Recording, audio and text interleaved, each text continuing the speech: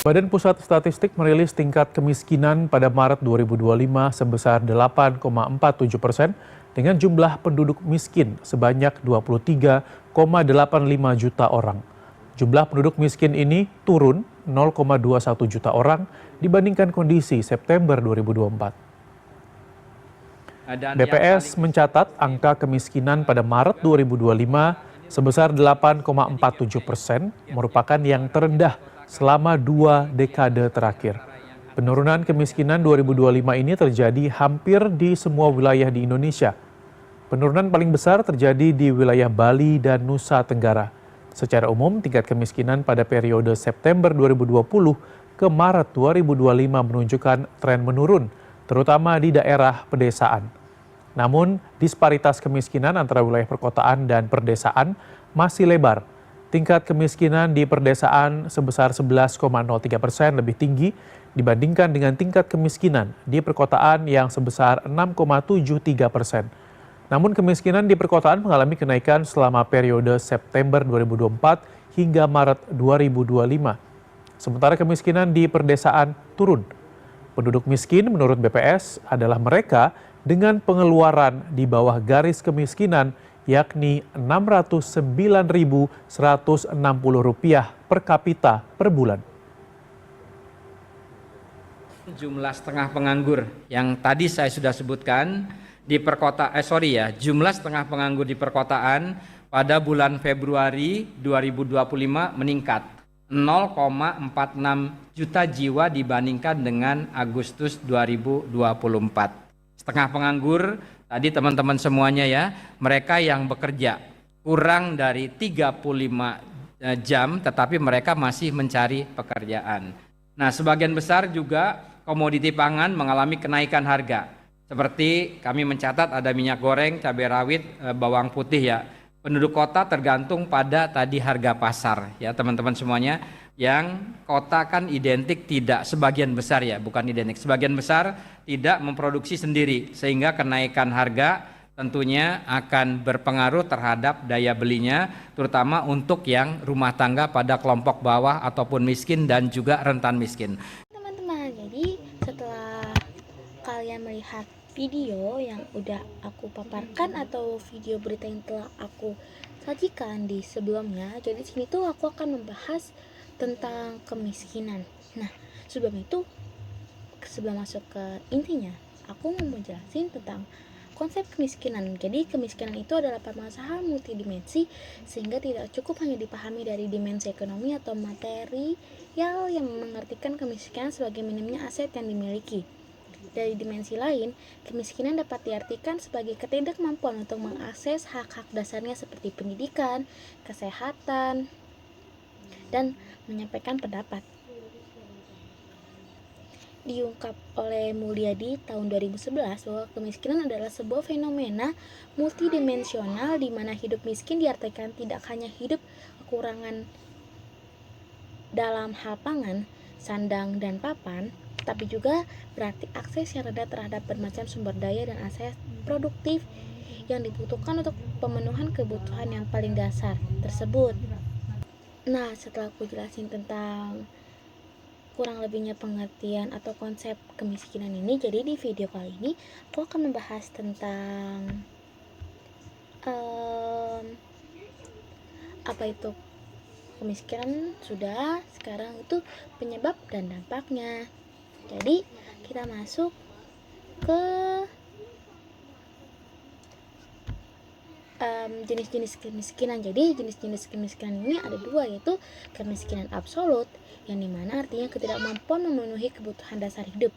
Yang kedua, kemiskinan relatif yang dimana ketidakmampuan bersaing secara ekonomi dibanding orang lain di sekitarnya.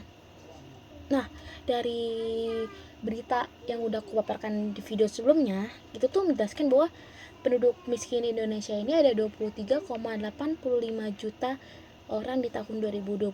Angka ini menunjukkan penurunan signifikan dibandingkan bulan September tahun 2024. Tingkat kemiskinan di pedesaan juga lebih tinggi dibandingkan di perkotaan, menandakan ketimpangan antara wilayah dan kota masih ada.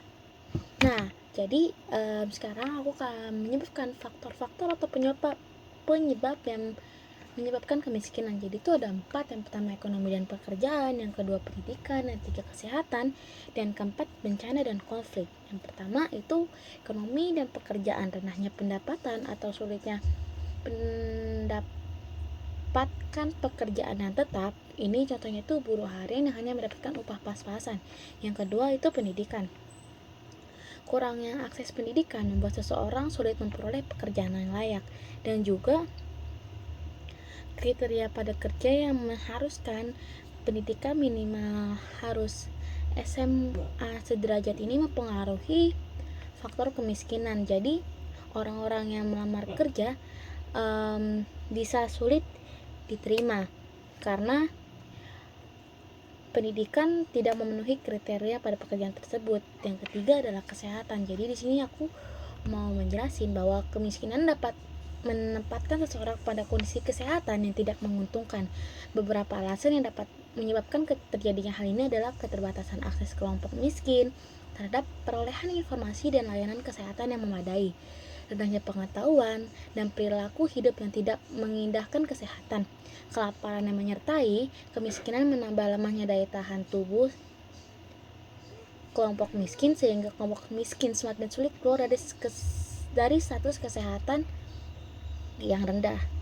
Sebaliknya, kesehatan juga memegang peran besar dalam perubahan sosial status individual seseorang menjadi miskin atau mengangkatnya dari kemiskinan. Kondisi kesehatan juga yang buruk menyebabkan berkurangnya produktivitas yang menurun mengakibatkan semakin terbatasnya penghasilan yang diperoleh. Apabila kemudian dihadapi oleh kasus katastrofik, maka dibutuhkan sumber pembiayaan yang lebih besar untuk menutup ongkos pengobatan. Pada titik ini, buruknya kondisi kesehatan berakibat lebih berat bagi kelompok miskin karena aset utama yang dimiliki kelompok miskin adalah tenaga untuk bekerja. Kondisi ini cepat atau lambat mendorong yang bersangkutan dalam jebakan lingkaran kemiskinan dan memperdalam status kemiskinan. Selanjutnya ada bencana dan konflik, yaitu ada bencana alam, pandemi, atau konflik sosial bisa menambah jumlah orang miskin secara mendadak. Contohnya pada kasus COVID-19 2019, banyaknya pekerjaan di PHK karena untuk memenuhi persyaratan yang terjadi pada saat COVID-19 tersebut. Karena banyaknya karyawan yang di PHK, ini menyebabkan lonjakan kemiskinan terjadi di Indonesia. Nah, habis itu ada dampak kemiskinan. Nah, kemiskinan tidak hanya mempengaruhi kehidupan sehari-hari, tapi juga menimbulkan masalah sosial. Yang pertama itu kesehatan yang buruk, terjadi karena kurangnya gizi, dan karena kurang gizi tersebut penyakit jadi mudah menyerang. Yang kedua ini ada pendidikan yang terbatas, sulit berkembang dan bersaing di dunia kerja. Itu mengakibatkan para pelamar kerja harus berusaha mendapatkan pendidikan yang tinggi agar dapat diterima kerja. Yang ketiga itu ada keamanan sosial, meningkatkan risiko kriminalitas dan konflik.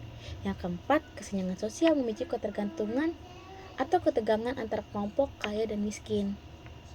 Nah, meskipun pada tahun 2025 ini angka kemiskinan menurun, namun tantangan terbesar tetap di pedesaan, di mana akses ke layanan dasar dan ke lapangan pekerjaan masih terbatas.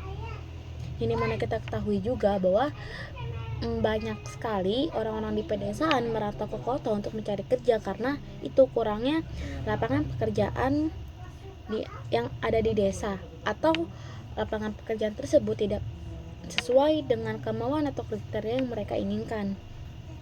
Selanjutnya ada contoh nyatanya. Nah, aku nulis contoh nyatanya itu yang pertama di pedesaan. Yang dimana banyak keluarga mengandalkan pertanian subsisten.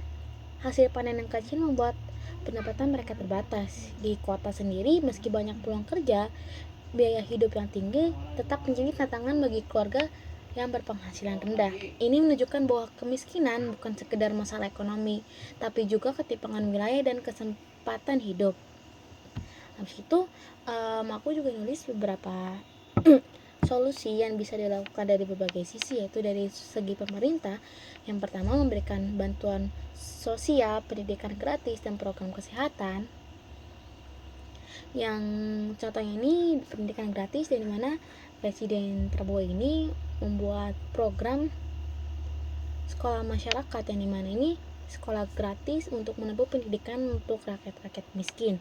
Yang kedua, mengurangi kesenjangan ekonomi dengan kebijakan yang adil khususnya di desa. Yang kedua, dari masyarakat sendiri membantu melalui kegiatan sosial, donasi atau edukasi. Yang kedua, memberikan kesempatan belajar dan kerja yang membutuhkan. Selanjutnya, dari individu sendiri mendukung ekonomi lokal dan usaha-usaha kecil. Jadi kita direncanakan untuk membeli suatu produk lokal atau jajanan UMKM. Hal ini juga mendukung ekonomi yang terjadi di masyarakat. Selanjutnya itu ada harapan kemiskinan ini di Indonesia terus menurun, tapi masih ada tantangan besar yang terutama di pedesaan. Dalam hal ini, dengan kerjasama antara pemerintah, masyarakat, individu, dan kita semua bisa memutus siklus kemiskinan dan menciptakan masyarakat yang lebih adil dan sejahtera. Terima kasih teman-teman. Kurang lebihnya mohon maaf. Wassalamualaikum warahmatullahi wabarakatuh.